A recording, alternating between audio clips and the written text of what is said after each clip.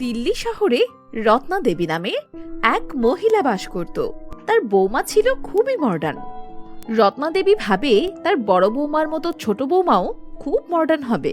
রত্না দেবী মনে করেন তার বড় বৌমা যেমনি মডার্ন, তেমনি একটা মডার্ন মেয়েকে সে তার ছোট ছেলের বউ বানিয়ে নিয়ে আসবে। কিন্তু এর বিপরীতটাই ঘটে।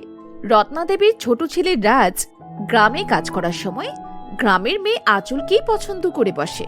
তাই রাজ তার বাড়িতে না জানিয়ে আঁচলকে বিয়ে করে তার হাত ধরে বাড়িতে নিয়ে আসে।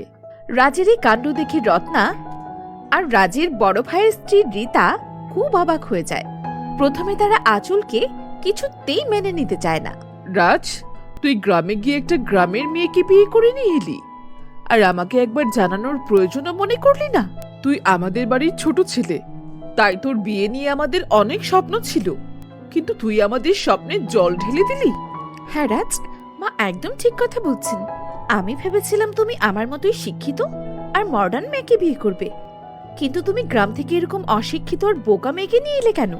এই অশিক্ষিত বোকা কথাটা আঁচলের খুব খারাপ লাগে, আর তাই সে আর চুপ করে থাকতে পারে না।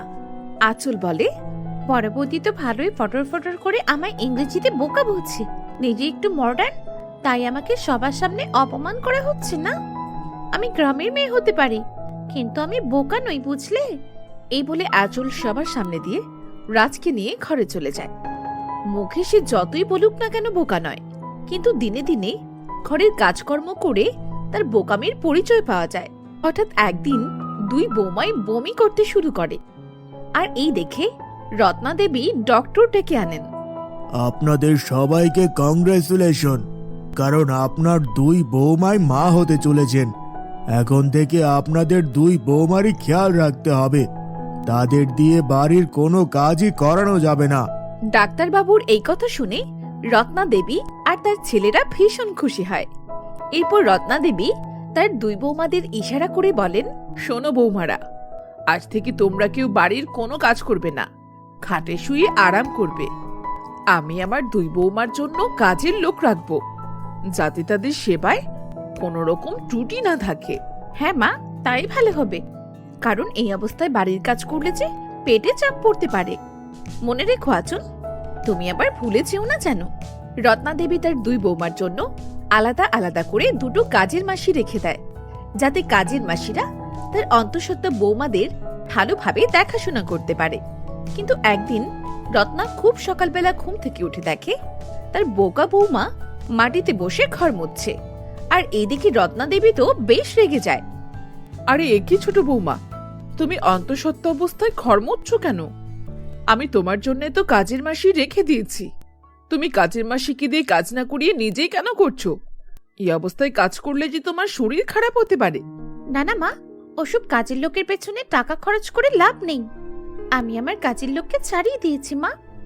আপনি বরং সেই টাকা দিয়ে ফল কিনে বড় বৌদিকে খাইয়ে দেবেন, তাহলে বড় বৌদির শরীরটা ভালো থাকবে। আমি বরং কাজ করে দেব মা, কারণ আমি যখন পেটে ছিলাম তখন আমার মা সব কাজ একাই করত, আর তাই তো আমি এমন শক্তিমান হয়েছি। তোমার কি মাথা খারাপ হয়ে গেছে? এরকম অন্তঃসত্ত্বা অবস্থায় মাটিতে বসে ঘর মুছতে নেই। আর তোমার মায়ের ব্যাপার আলাদা ছিল, দিনকাল এখন অনেক পরিবর্তন হয়েছে।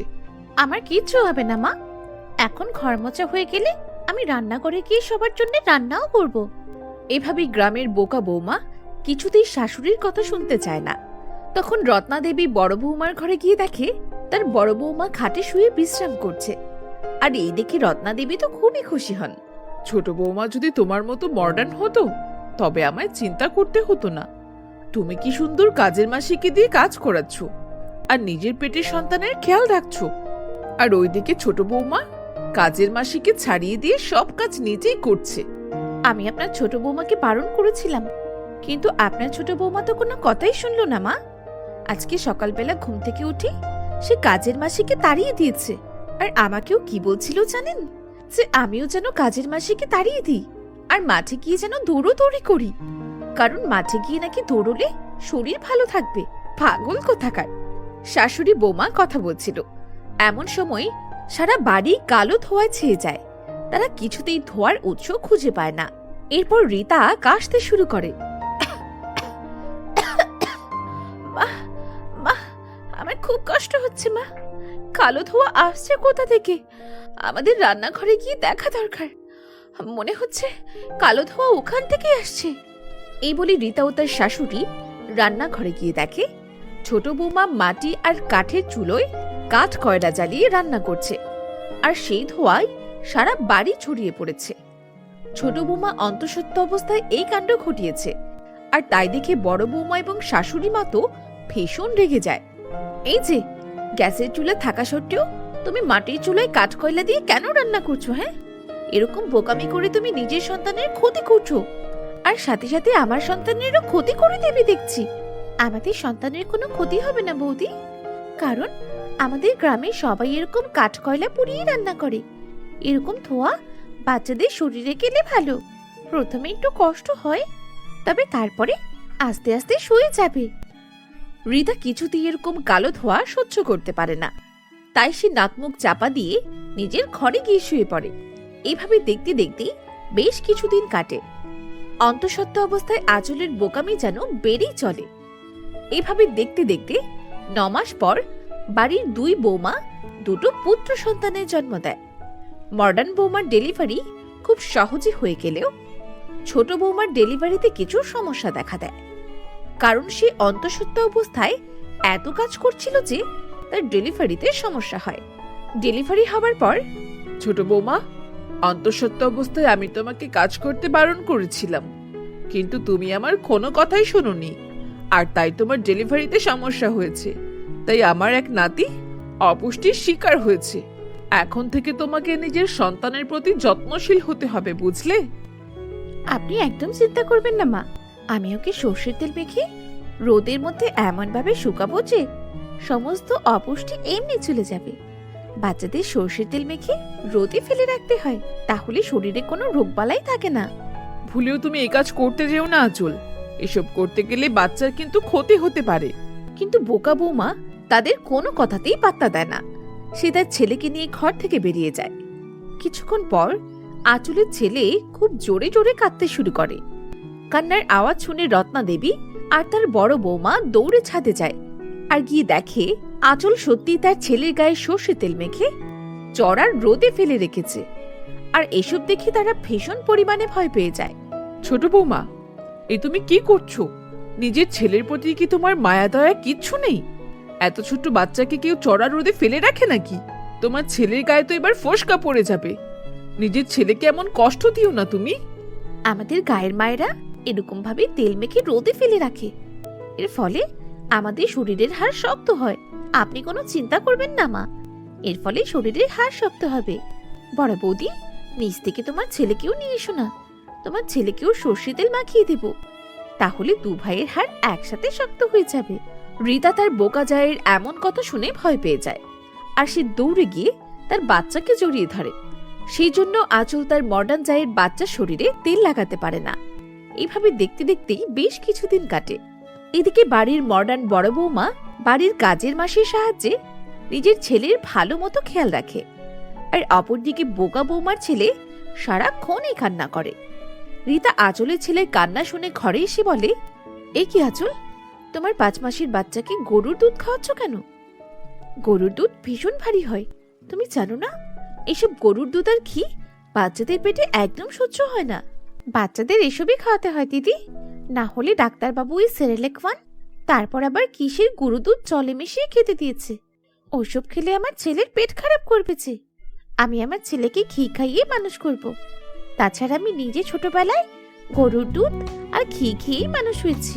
আঁচল তার ছোট বাচ্চাকে বেশি পরিমাণে গরুর দুধ আর ঘি খাওয়ানোর ফলে বাচ্চা ভীষণ পরিমাণে কাঁদতে শুরু করে। কিছুদিন পর তার ছেলে শরীর ভীষণ খারাপ করে, আর কান্নাকাটি করে অনেকবার সে পটি করতে শুরু করে, কিন্তু তবু আঁচল তার বোকামো ছেড়ে দেয় না। অন্যদিকে মডার্ন বৌমার বেশ সুন্দর ফুটফুটে ছেলে হয়, কিন্তু আঁচলের ছেলে সারা দিন নির্জীব হয়ে বিছানায় পড়ে থাকে। আর এই অবস্থা দেখে রীতা বলে, মা, আমার মনে হয় আঁচলের ছেলেকে এবার ডাক্তার দেখানো দরকার, নতুবা কিন্তু বাড়ির খুব বড় একটা বিপদ হয়ে যাবে। আপনি আপনার বোকা বৌমার কথা শুনবেন না, আপনি এক্ষুনি ডাক্তার নিয়ে আসুন। হ্যাঁ বৌমা, তুমি একদম ঠিক বলেছ, আমি এক্ষুনি ডাক্তার ডাকছি।